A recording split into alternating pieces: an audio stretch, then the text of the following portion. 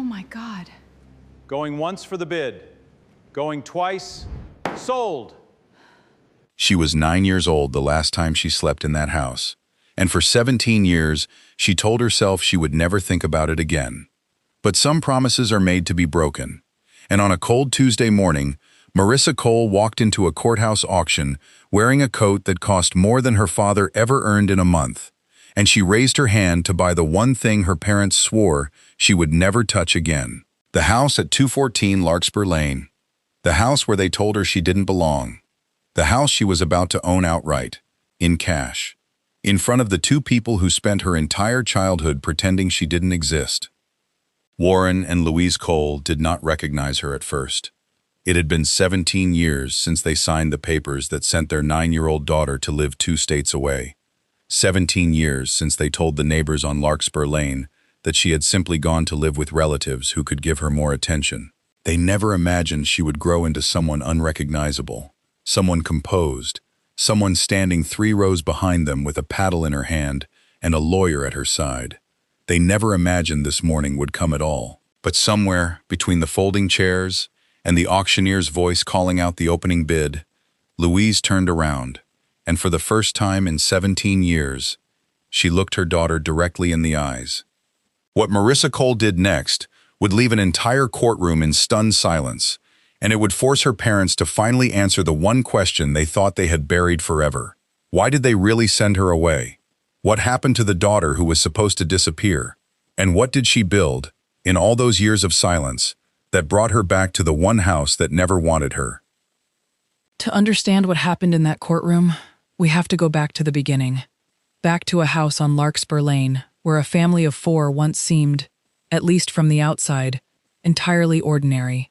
Because before Marissa Cole ever stood in that auction room, she was simply a little girl, trying to understand why she mattered less than her younger brother, and why the people who were supposed to love her unconditionally were already deciding she was a burden they could no longer afford. Before we dive deeper, let us know in the comments where you're watching from. We'd love to hear from you. And don't forget to hit that subscribe button so you never miss any of our upcoming videos.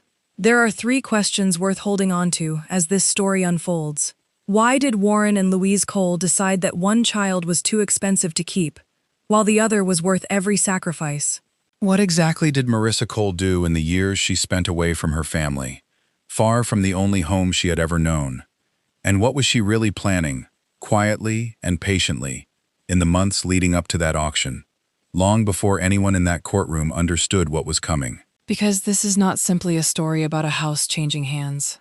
This is a story about what happens when the people you trust most decide you are not worth keeping, and what can happen years later when the daughter they gave away comes back changed beyond recognition, carrying more power than they ever gave her credit for. Marissa Cole was born in a small hospital outside Columbus, Ohio, to parents who, in those early years, seemed like they might actually build the life they promised each other. Warren worked long hours, trying to grow a small contracting business, and Louise stayed home, raising a daughter who was quiet, watchful, and endlessly eager to please. For the first 2 years of her life, Marissa was the only child in the house, and by every account, she was adored. Neighbors remember Louise pushing a stroller down Larkspur Lane, stopping to show off her daughter's first steps, her first words, her first crayon drawings taped proudly to the refrigerator. There was nothing in those early photographs to suggest what was coming. Nothing to suggest that the same little girl smiling in her mother's arms would, within a few short years, become someone her own family found easier to forget than to love. Everything changed when Dean Cole was born. From the moment he arrived, something shifted in the house on Larkspur Lane. Something subtle at first, and then impossible to ignore. Louise, who had once fussed over every detail of Marissa's childhood, began pouring that same attention into her son, as if she had been waiting her whole life for a child who could finally justify it. Warren, meanwhile, began speaking about Dean in a different tone entirely, calling him the one who's going to make something of himself, as if 5-year-old Marissa had already been quietly disqualified from that same possibility. Family friends later described a household that began to feel less like a family and more like a hierarchy, with 2 very different sets of rules depending on which child happened to be standing in the room. By the time Marissa turned 7, The difference in how she was treated had become impossible for even outsiders to miss. Dean received new clothes for every school year. Marissa wore whatever had been handed down or bought secondhand. Dean's report cards were framed and displayed on the refrigerator. Marissa's, even when they were just as strong, were barely acknowledged. At dinner, portions were quietly unequal, and questions about homework or friendships were directed almost entirely at Dean, while Marissa learned to answer questions no one had actually asked her, just to feel like she still existed in the room. She was not being punished for anything specific. She had simply become, in her parents' eyes, the less necessary child, and that distinction would only grow sharper with time. It was during this period that Marissa's aunt, Patricia Ames, began visiting more often, drawn by a growing unease about what she was witnessing inside her sister's home. Patricia was Louise's older sister, a woman who had spent her career in property management and had never married or had children of her own, though she often said she had more than enough love for the niece who followed her around the kitchen asking endless questions. Patricia noticed things Louise seemed unwilling to see. The way Marissa flinched at sudden criticism, the way she apologized reflexively for things that were never her fault, the way she had learned, even at 7 years old, to take up as little space as possible in her own home. Patricia began keeping a mental record of moments she couldn't yet explain, moments that would later make painful sense. The turning point came when Marissa was 9. The same year Warren's contracting business began struggling under the weight of a housing slowdown that hit small operators like him especially hard. Bills piled up, arguments behind closed doors grew louder and more frequent. And somewhere in the middle of that financial strain, Louise made a decision that would define the rest of her daughter's childhood. She decided that keeping 2 children afloat during hard times was more than the family could manage, and rather than cutting corners equally, she and Warren quietly agreed that one child would have to make way for the other. There was never an official conversation with Marissa about what this meant. There was only a suitcase, packed one afternoon while she was at school, waiting for her by the front door. Louise told the neighbors on Larkspur Lane that Marissa was going to live with relatives who could give her more attention during a difficult stretch, a phrase vague enough to discourage questions and specific enough to sound almost noble. In truth, Marissa was sent to live with her Aunt Patricia, 2 states away, in a modest home outside of Richmond, Virginia. Warren drove her there himself, mostly in silence, offering only a brief explanation on the way that this was for the best, and that she would understand when she was older. Marissa remembers staring out the window the entire drive, memorizing the shape of the house on Larkspur Lane in the rearview mirror, certain, even at 9 years old, that something about this goodbye felt permanent in a way no one was willing to say out loud. Patricia welcomed her niece with the kind of steady, unconditional warmth Marissa had rarely experienced at home. She never spoke badly about Louise or Warren in front of her, but she also never pretended what had happened was normal. She enrolled Marissa in a good public school, made sure she had new clothes that actually fit, and, most importantly, made sure Marissa understood that being sent away was not a reflection of her worth. One evening, not long after she arrived, Patricia sat her down at the kitchen table and told her something Marissa would carry with her for the rest of her life. She said that one day, Marissa would not need anyone's name or anyone's approval to build a good life for herself, and that the people who couldn't see her value now would eventually have no choice but to notice. For the first few years, phone calls between Marissa and her parents continued, though they grew shorter and further apart with each passing month. Birthday cards came less frequently. Questions about school, once routine, became rare.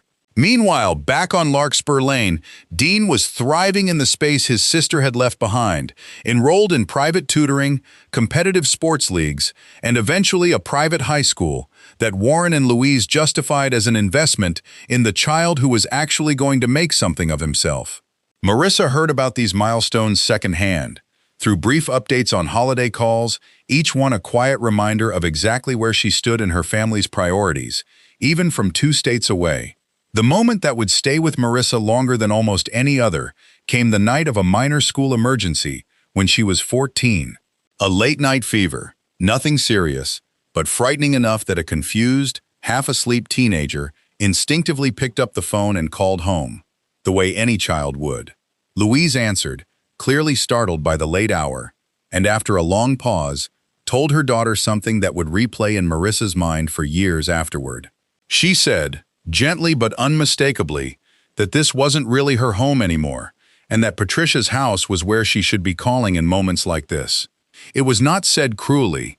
It was said as if it were simply, calmly, a fact everyone had already agreed on. That call marked a quiet turning point in Marissa. She stopped waiting for her parents to change their minds. She stopped hoping the next visit or the next holiday would feel different. Instead, she began pouring every ounce of that disappointment into something productive, something entirely her own.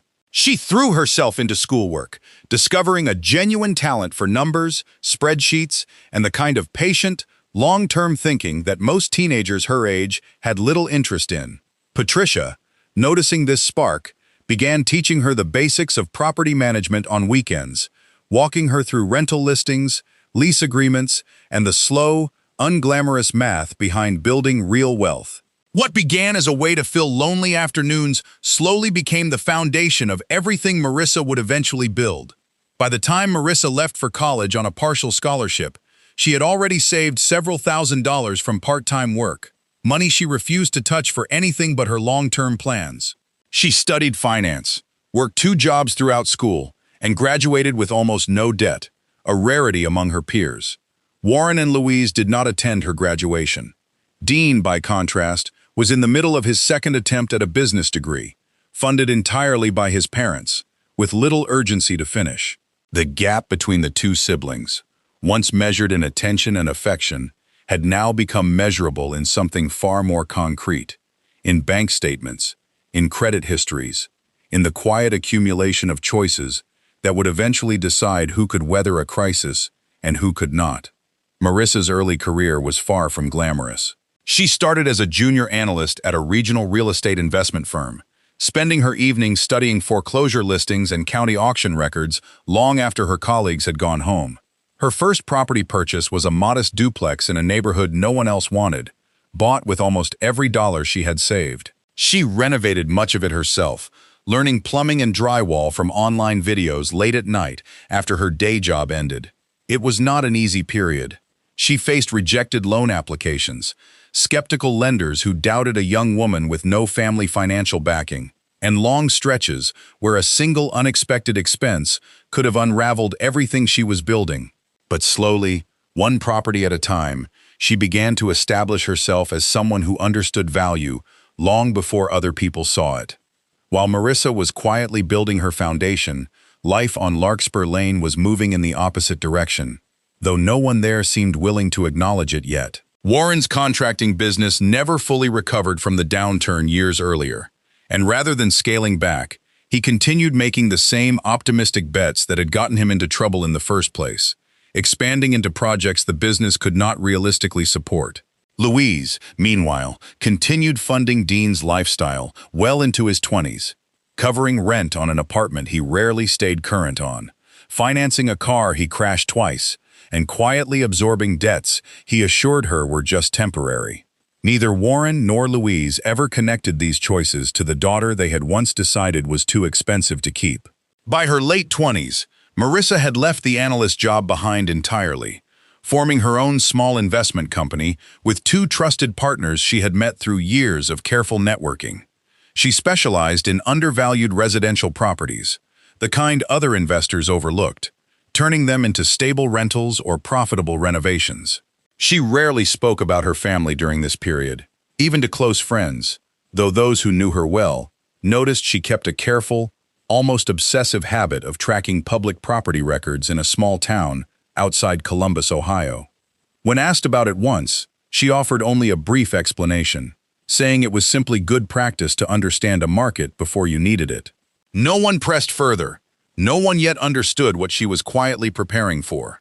The first real crack in the Cole family's finances appeared when Marissa was 31, though it would take years for the full extent of the damage to surface.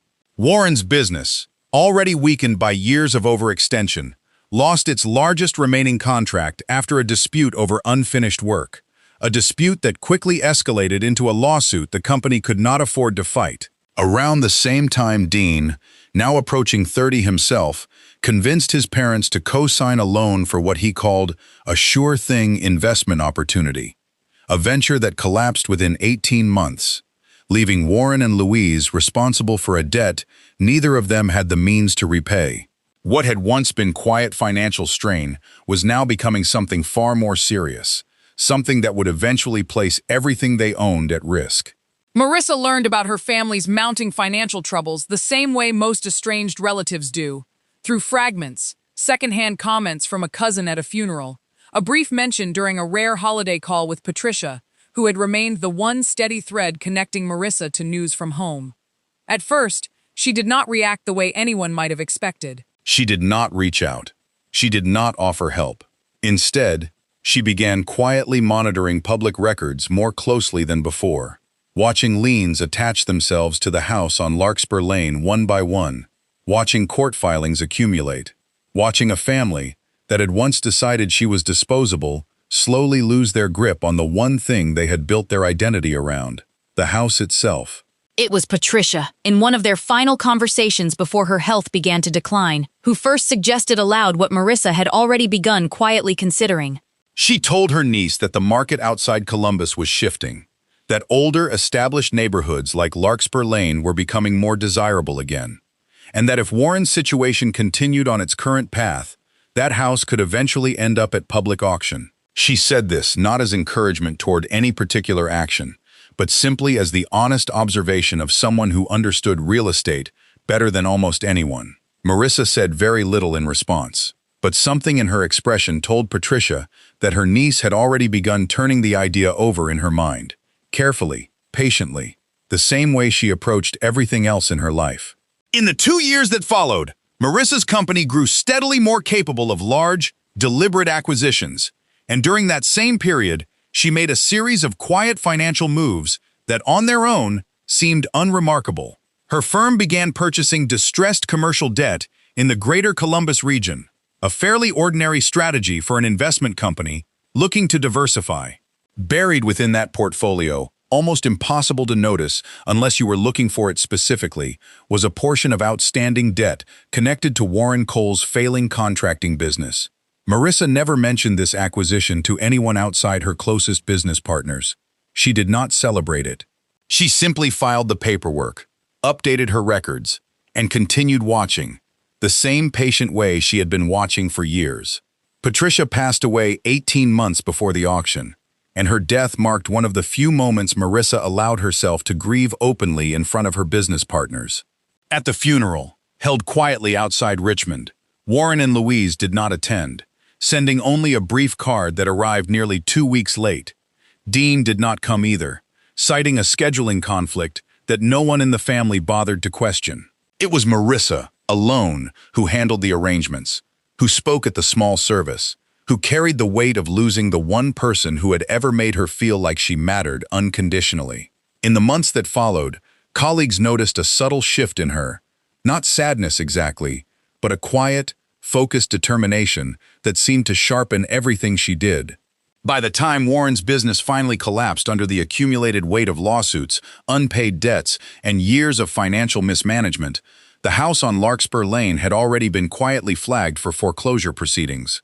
Louise, by then, had exhausted most of her own resources trying to keep the household afloat, still funneling money toward Dean, who remained largely unaware of how close the family was to losing everything. Warren spent his final months before the auction, attempting to negotiate with creditors, unaware that a significant portion of the debt attached to his business had already changed hands, now controlled by an investment firm whose ownership structure was, by design, difficult to trace back to any single name. The auction notice for 214 Larkspur Lane was published in the local county register on a quiet Thursday morning. A small, easily overlooked listing among dozens of other distressed properties scheduled for sale that month. Warren saw it first, scrolling through the paper out of morbid curiosity, and for a long moment he simply stared at the address without fully processing what he was reading. Louise's first reaction was denial, insisting there must have been some mistake, some paperwork error that could still be corrected if they made the right phone calls. Dean, when finally told, seemed more concerned about where he would live afterward than any responsibility he might have played in getting his family to this point. None of them yet knew who would be standing across that auction room from them in a matter of weeks. Marissa arrived at the courthouse that morning the same way she approached every major acquisition in her career: calm, prepared, and entirely without theatrics. She had reviewed the property's full history days earlier, confirmed her financing, and quietly informed her legal team that this particular auction carried personal significance she did not intend to explain further. She wore a simple gray coat, sat 3 rows behind her parents without either of them noticing her at first, and waited, the same patient way she had waited for nearly 2 decades, for the moment the bidding would finally begin. When the auctioneer called the opening bid on 214 Larkspur Lane, Marissa Cole raised her paddle without hesitation, and for the first time since she was 9 years old, every eye in that room turned toward her. Louise recognized her daughter's voice before she recognized her face. Something in the calm, measured way she confirmed each bid that pulled at a memory Louise had spent 17 years trying not to revisit. When she finally turned around and met Marissa's eyes directly, the color drained visibly from her face, and Warren, following his wife's gaze, went completely silent, his mouth slightly open, unable to form a single word. Dean, standing beside them, had no idea who this composed, expensively dressed woman even was, until Louise whispered his sister's name under her breath, so quietly that only the people standing closest could hear it. The bidding continued for several more minutes, other buyers dropping out one by one, until it became clear that no one in that room had come prepared to compete with Marissa Cole. When the gavel finally came down confirming her purchase, the room fell into an uncomfortable, heavy silence, the kind that settles over strangers who suddenly understand they have witnessed something deeply personal unfolding in front of them. Marissa did not smile. She did not gloat. She simply signed the required paperwork with the same steady hand she used for every other transaction, thanked her legal team quietly, and turned to leave. It was Warren who finally broke the silence, calling out her name across the room in a voice that cracked with something between disbelief and desperation, asking her, in front of everyone, why she would do this to her own family. Marissa stopped walking, turned back toward her parents one final time, and answered him in a voice that was calm, clear, and entirely without anger. She told them she had not done anything to them. She had simply built a life they never once checked in on, using lessons an aunt they barely acknowledged had taught her, in a home they had chosen to send her away from. She told them the house had never truly belonged to either of them in the way they believed, that it had only ever been a temporary arrangement they mistook for permanence, in the same way they had once mistaken her presence in their family as something equally temporary and disposable. She told Dean, gently but directly, that being someone's favorite child does not prepare you for the world the way being overlooked does, and that he would understand what she meant eventually, whether he wanted to or not. Then she turned, walked out of the courthouse, and did not look back. In the weeks following the auction, Marissa did not move into the house on Larkspur Lane, and she never publicly discussed what had happened in that courtroom, despite growing local curiosity about the story. Instead, she quietly began an extensive renovation of the property, working with contractors to restore it fully, room by room, the same careful, patient way she had built everything else in her life. When the renovation was complete nearly a year later, she donated the house entirely to a regional nonprofit organization supporting foster and kinship care families, establishing it in Patricia Ames's name, ensuring that the aunt who had once taken in an unwanted 9-year-old would now permanently be remembered for giving other children in similar situations a stable place to land. Warren and Louise learned what had become of their former home not from Marissa directly, but from a brief article in the local paper announcing the opening of the newly renamed Ames Family Home, a transitional housing property for children in foster care. They never received a phone call explaining the decision. They never received an invitation to see what the house had become.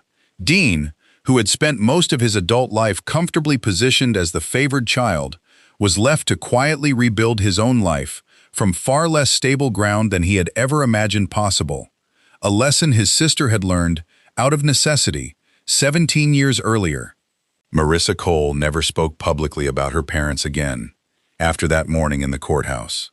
She continued growing her investment firm, continued mentoring young analysts who reminded her, in small ways, of the girl she had once been, and continued visiting Patricia's grave every year on the anniversary of the day she first arrived in Richmond as a frightened 9-year-old with a single-packed suitcase. Those who knew her best say she never described what she did as revenge. She described it, when she described it at all, as simply following through on a promise she made to herself the night her mother told her, over the phone, that she no longer had a home to call her own. She built one, instead, from nothing, and made sure no one could ever take it away from her again. So we're left asking the question this story keeps circling back to. Was justice truly served that morning in the courthouse, or did Marissa Cole simply prove, in the most undeniable way possible, exactly what her family lost the day they decided she wasn't worth keeping? Would you have recognized the quiet warning signs in a household that measured a child's worth by convenience? And if you were in Marissa's position, would you have walked away from that auction the same way she did, or would you have wanted her parents to understand, in far more detail, exactly why she came back? If this story affected you, let us know in the comments what part stayed with you the longest.